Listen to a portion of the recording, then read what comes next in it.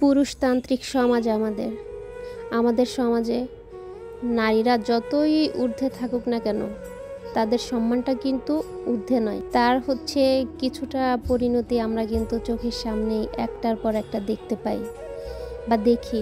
আমাদের আশেপাশেও এমন অনেক আসিয়ার মতো কিন্তু জীবন চলে যায়। হয়তো কারোটা প্রকাশ পায়, কারোটা প্রকাশ পায় না। তারপরও আল্লাহর কাছে শুকরিয়া যে আসিয়ারটা সারা বিশ্বে প্রকাশ পেয়েছে।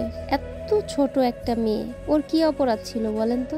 আপনারা এই যে পোশাকের দোহাই দেন, এই পোশাক পরেন কেন, ওই পোশাক পরেন কেন, সেই পোশাক পরেন কেন, আপনাদের চিন্তাধারাটা বদলান না, আপনাদের চোখের চাহনিটা বদলান, অন্তত চোখ দিয়ে ভালো কিছু দেখার চেষ্টা করেন। আপনারা সেটা না করে আপনারা সবসময় মেয়েদেরকে দোষী করেন কেন? এই মেয়েটার কি দোষ ছিল? এই মেয়েটা কি সেই পোশাক পরা পর্যন্ত বয়স হয়েছে?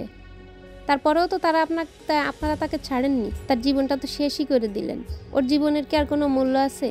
এখন তো মৃত্যুর সাথে পাঞ্জা লড়তেছে। জীবন তো অন্য বিষয়। ও বেঁচে থাকতে পারবে কিনা, দুনিয়াতে থাকতে পারবে কিনা, আর তাই নিয়েই এখন সন্দিহান সবাই। তো আপনাদের চিন্তাধারা, মেন্টালিটি এগুলো চেঞ্জ করেন। মেয়েদেরকে সম্মান করতে শিখুন। শুধু মেয়েদের দোষ দেন কেন? আপনারা যে কতটা নিকৃষ্ট সেটা তো এই বাচ্চাটার ক্ষেত্রেই বোঝা যাচ্ছে যে আপনারা কতটা নিচু, কতটা নিকৃষ্ট। মানুষ পুরুষদের ঘৃণা করে কি শুধু এই কিছু কিছু পুরুষের জন্যই তো পুরুষদের ঘৃণা করে।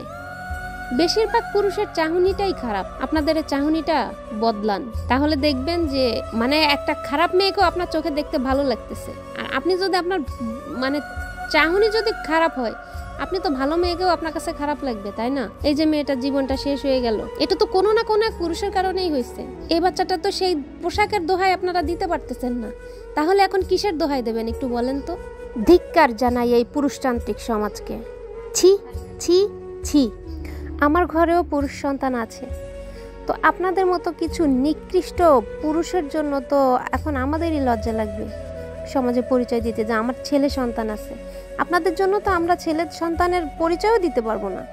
আপনারা এগুলো কি শুরু করছেন? এত ছোট ছোট বাচ্চাদেরকে আপনারা এইভাবে নির্যাতন করতেছেন, এইভাবে হয়রানি শিকার করতেছেন, এইভাবে জীবন শেষ করে দিচ্ছেন। এর কোনো অধিকার তো আপনাদের নাই।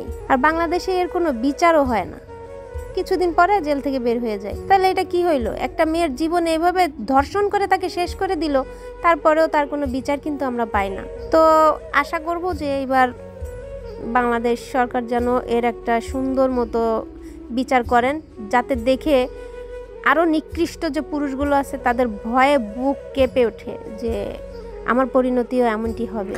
সেই আশা ব্যক্ত করেই আজকে অশ্রুসিক্ত নয়নে বুক ভরা কষ্ট নিয়ে মেয়েটার জীবনের জন্য দোয়া কামনা করছি, এবং আপনারাও সবাই দোয়া করবেন ও যেন সুস্থ হয়ে বেঁচে ফিরে আসতে পারে তার মায়ের কোলে।